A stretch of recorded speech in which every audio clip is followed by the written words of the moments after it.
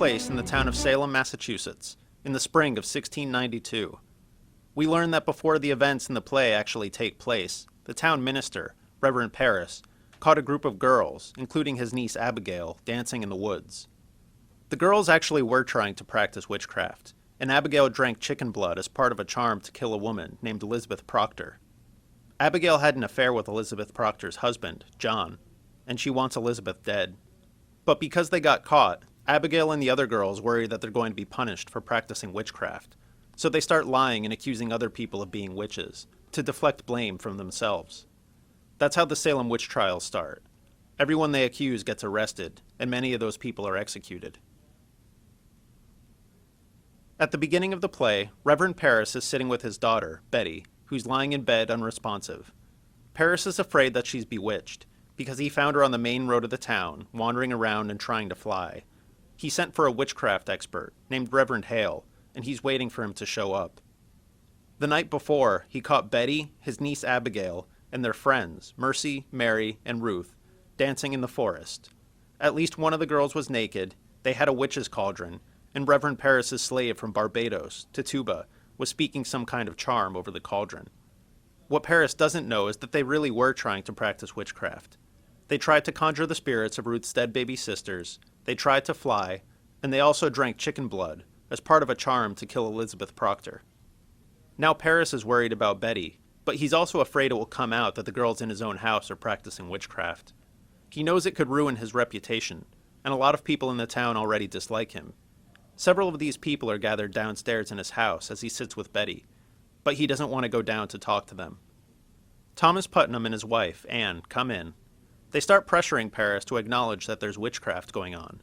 They're important people in the town, and Parris needs their support, but he doesn't want to admit to witchcraft in his own house. Eventually, they persuade him to go downstairs and say a psalm with his parishioners. Abigail is still there with Betty when Mary Warren and Mercy, the other girls who are trying to practice witchcraft, come in. Abigail tells them all to keep their mouths shut and threatens to murder them in the middle of the night if they don't. John Proctor comes in, and when the other girls leave, he and Abigail confront each other. Abigail says all that happened in the forest is that she and her friends were dancing, and Parris caught them. She flirts with John and says she's waiting for him. This is where we learn that Abigail and John had an affair. Abigail tells John she still loves him. She blames Elizabeth for ending their relationship. John tells her not to talk about Elizabeth, and he tells Abigail to forget him. Betty starts screaming when she hears the words "going up to Jesus" in the psalm downstairs. Parris and some of the townspeople run up to see her. Rebecca Nurse is one of them. She's basically the most saintly woman in the village, and she calms Betty down just by her presence.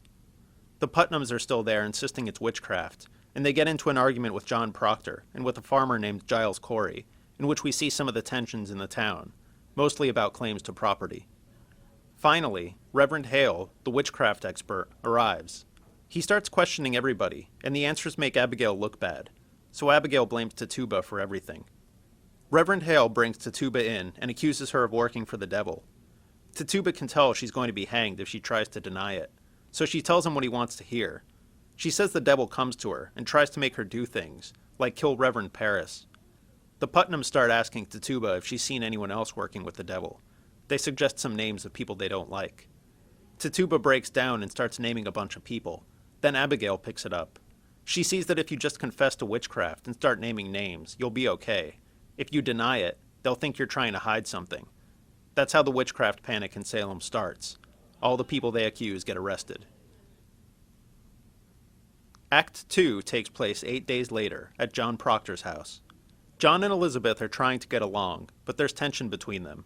He thinks Elizabeth won't forgive him for his affair with Abigail. Elizabeth tells him what's going on with the witch trials. Whoever is accused of being a witch is brought in front of Abigail and her friends. If the girls fall to the ground and act like spirits are attacking them, the accused person is sentenced to death. Elizabeth wants John to go to the court and say that Abigail is a fraud, since Abigail told John that the girls were just dancing.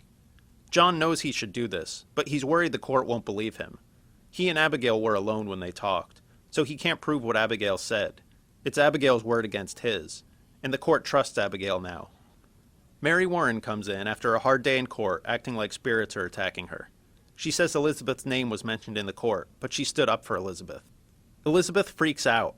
She can tell that Abigail is going to accuse her of witchcraft, so she'll be killed and Abigail can marry John. Elizabeth wants John to go and tell Abigail he's not interested in her. Reverend Hale rushes in. Elizabeth's name has been mentioned in the court, and he wants to find out more about them. As he questions them, he can sense some of their problems. Giles Corey comes in to report that his wife has been arrested. Then Ezekiel Cheever comes in to arrest Elizabeth, because Abigail has accused her. John Proctor fights it, but Elizabeth is carried off in chains. John Proctor tells Mary Warren to go in and confess to save Elizabeth's life. He realizes he's going to have to confess publicly to adultery and be disgraced in order to discredit Abigail.